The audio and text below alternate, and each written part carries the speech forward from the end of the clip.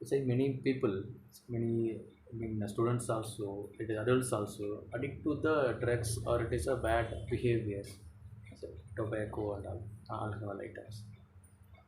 How to stop this kind of bad habit to the people? The person want to stop the habit also, they're not able to stop the habit. So what is the solution for this one? देखो, अभी मैंने जिस प्रकार बताया उसी में इसका भी आंसर है। जैसे कलयुग का प्रारंभ होता है, मनुष्य इस सृष्टि में प्रकृति में हस्तक्षेप करना आरंभ कर देता है।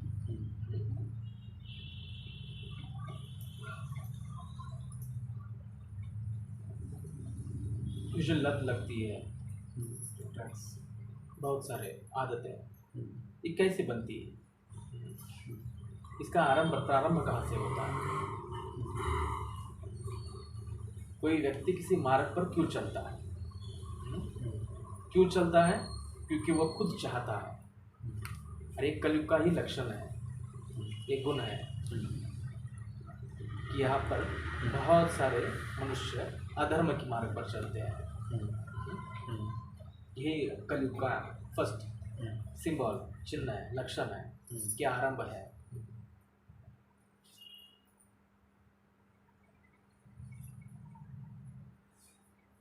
व्यक्ति के जीवन में जितना सुख वो चाहता है, वास्तव में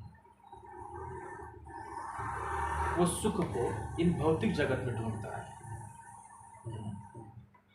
विषय वासनाओं में हर एक इच्छा, छोटी छोटी इच्छाएं, आकांक्षाएं, मोह में बन जाता है। और ये तो सब माया है।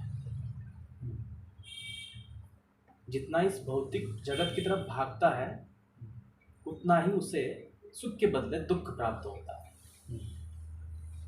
क्यों? क्योंकि ये भौतिक जगत है, ये सब माया है।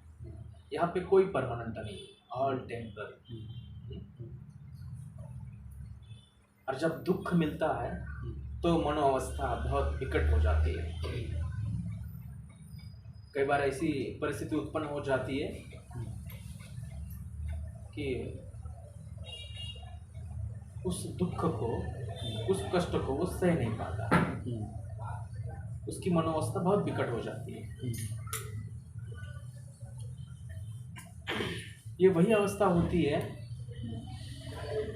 जिस समय आपको एक उचित मार्ग का अनुकरण करना आवश्यक होता है। ये सृष्टि, ये भौतिक जगत हमेशा इस भौतिक जगत की निरर्थकता बताती है, हर समय पर बताती है। ये सृष्टि, ये प्रकृति हर समय बताती है कि ये मनुष्य जीवन किस लिए है, इसका सार्थक क्या है, इसका उद्देश्य क्या है। और इसके बावजूद आप इस निरर्थक जगत में, इस भौतिक जगत में उलझने का प्रयास करते हो, तो बार बार आपको संकेत देने का प्रयास करती है कि इस निरर्थक भौतिक जगत में कुछ नहीं है, इस आत्मा का सुख तो ब्रह्म में है। जब व्यक्ति के जीवन में इस अवस्था, इस समय आती है,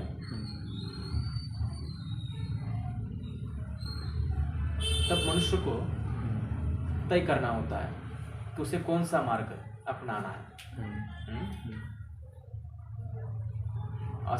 और इस युग में तो बहुत सारे असुर शक्तियाँ, असुर शक्तियाँ मतलब क्या है? मन में ही असुर है। वो आपको हर समय धर्म के मार्ग से भटकाने का प्रयास करता है। और जो भटक जाता है वो इस फिर से मायालोक में, इस भौतिक जगत में लिप्त हो जाता है। और वही इस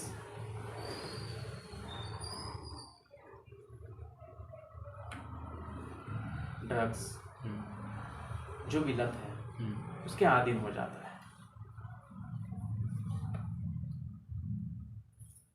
जब तक वो खुद नहीं चाहता उससे निकलना, तब तक वो वहाँ से नहीं निकल सकता। जैसे कीचड़ में कोई गिर जाता है, जब तक उसका मन नहीं होता है कि वहाँ से बाहर निकालना है, तब तक बाकी के कितना भी प्रयास करे वो निकल नहीं पाएगा। आपने कितने भी मार्ग उसके सामने रख दिए,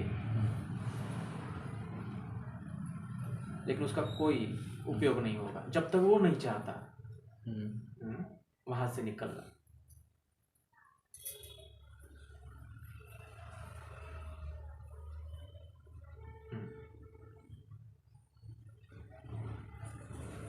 What we are seeing that people are still not able to get food also.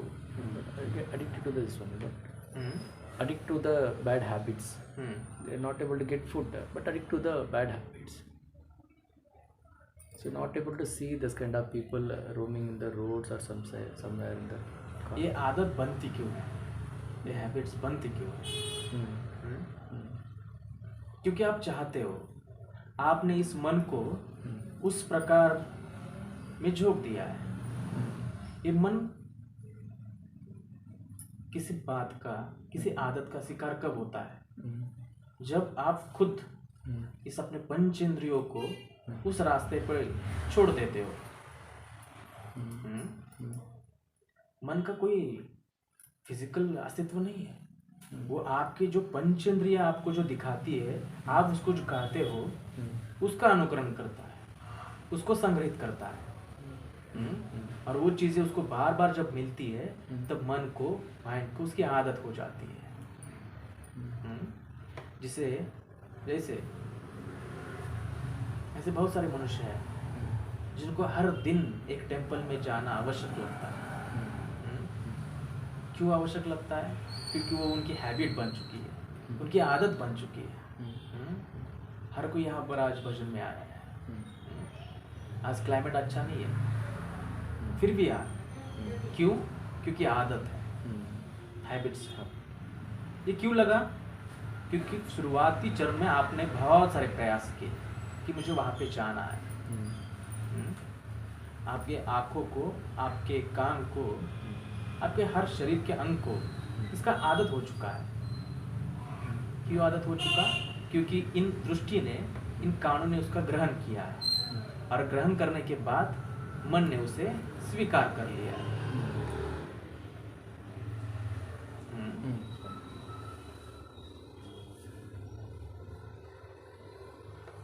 तो आप अपनी दृष्टि, अपने कर्म, जो आपकी पंचेंद्रिया है, उनको कहाँ पे लगाते हो, ये महत्वपूर्ण है।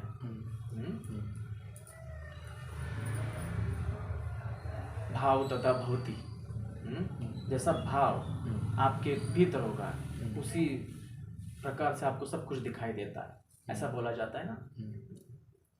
लेकिन जब आप अपने पंच इंद्रियों को एक विशिष्ट जगह पे, धर्म के कार्य पे, सत्कर्म के कार्य पे लगाते हो, तो मन अपने आप उनका अनुकरण कर लेता है। क्योंकि मन के कोई आंखें नहीं है, कोई इंद्रिय नहीं है। जो आपके बाह्य इंद्रिय है शरीर के, उसी के दृष्टि से, उसी के अनुसार वो सब कुछ ग्रहण कर लेता है। और वो चीजें उसको बार बार मिलती है तो मन उसका आदी हो जाता है।